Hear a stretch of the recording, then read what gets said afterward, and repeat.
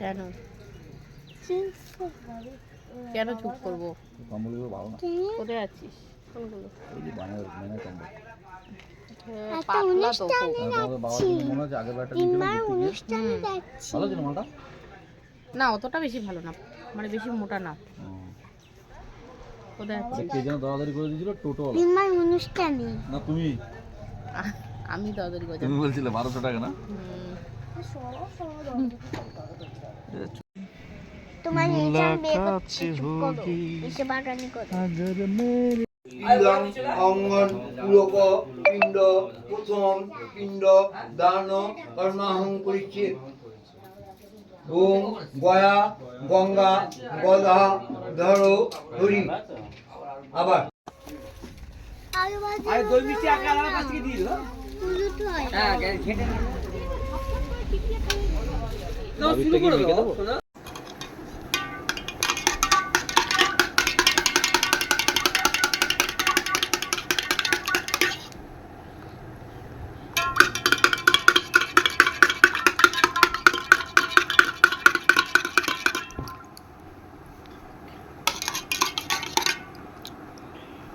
নে নে কেনে সোনামা সোনামা সোনামা ওঠো ওঠো খাবে ওঠো। এই যে তোমার গোপ হয়েছে জানো?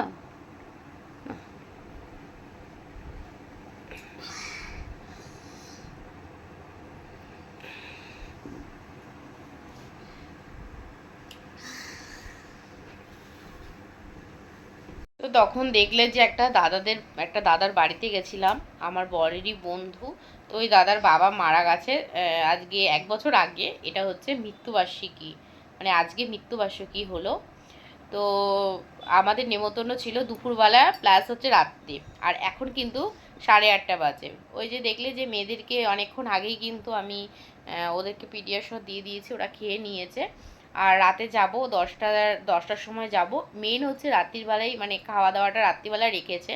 তো দুপুরবেলা কয়েকজনকে বলেছে, তাদের মধ্যে আমাদেরকেও বলেছে। তো সেই জন্য দুপুরবেলা লাঞ্চ করে আসলাম। আর তখন দেখতে পেলে যে ওই জেঠুর কাজ চলছিল। তো এই 1 বছর দেখতে দেখতে 1 বছর হয়ে গেছে আসলে।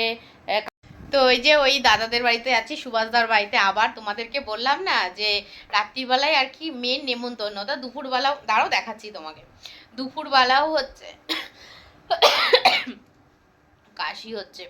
দুপুরবেলাও হচ্ছে আমাদের তো সবাইকে বলেছিল, তো দুপুরবেলা খাওয়া দাওয়া করে চলে এসেছে। আজকে সারাদিন ভালোই কাটলো, রান্না বান্না কিছু নেই, মানে ছিল না। তো এখন আবার যাচ্ছি, বর এসে গেছে, রেডি হচ্ছে।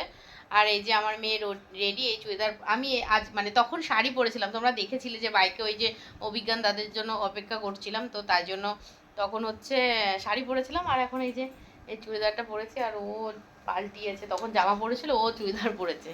আর ওই যে আয় এদিকে আয়, তুই বললি তো আসবে, এই যাই।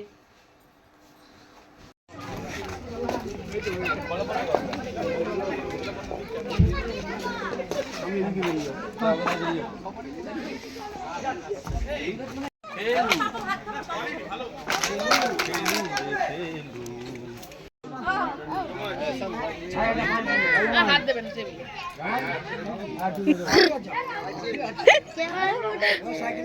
আচ্ছা ঠিক আছে, ও খাইতে খাইতে খেয়ে নাও। ঠিক আছে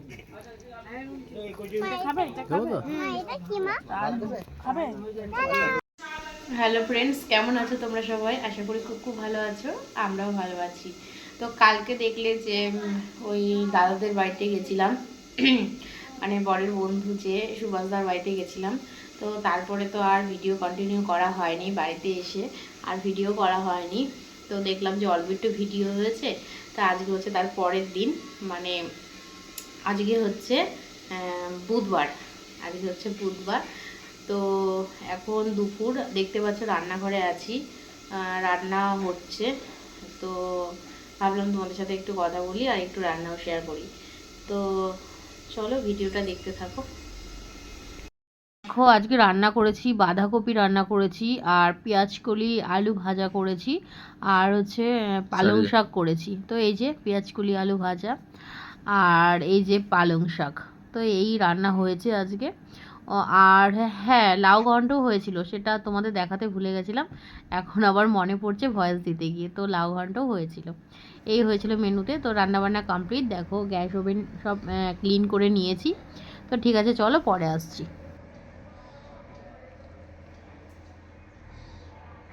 তো স্নান টান কমপ্লিট হয়ে গেছে, তো তখন তো দেখলে যে গ্যাস ট্যাস মুছে কমপ্লিট করে ফেলেছি।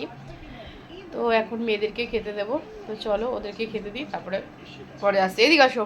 কেন, কি নেবে বলো? ফোন নেয় বাচ্চারা? বাচ্চারা নেয়?